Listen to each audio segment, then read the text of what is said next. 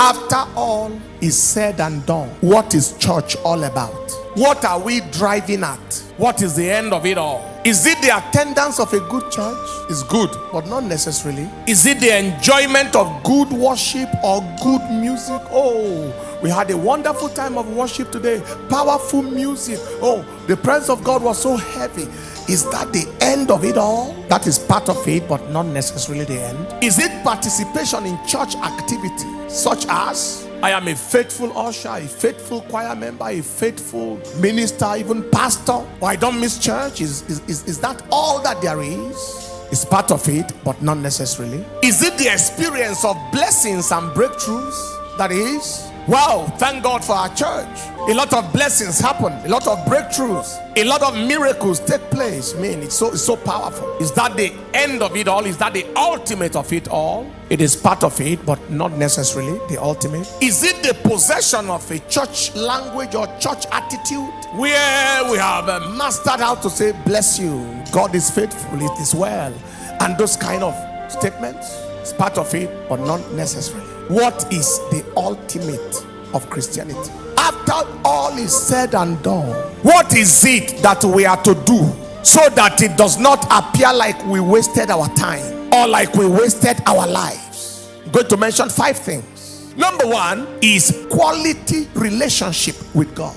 A Christian is known by the quality of his or her relationship with God. This is where the highest relationship you have in life is your relationship with God, where everyone who knows you know that the highest relationship of your life is your relationship with God, where nothing and nobody comes between you and your maker, where God is placed first in everything. You talk to God first before you talked to man. You ate from the bread of life first before you begin to eat the bread of man. You channel your resources in the direction of God first before you channel in your direction. Number 2 ultimate is growing in the knowledge and image of God.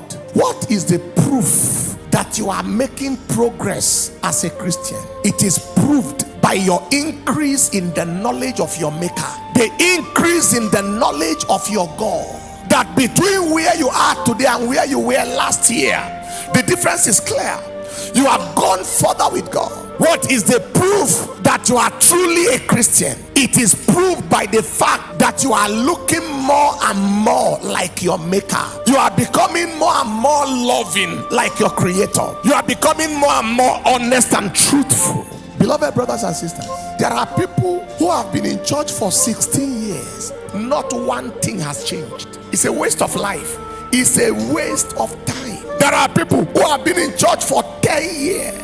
They still lie like they used to lie 10 years ago. They still steal like they stole 10 years ago. They are still as proudful as they were 10 years ago, as seductive as they were before they became Christians. The look is the same. Everything is, nothing changed. The only thing that changed is that they now go to church. Don't let us waste our life and then end where we thought we will not end. God forbid.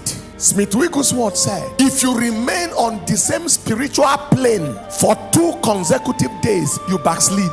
Number 3 is existence as a kingdom ambassador.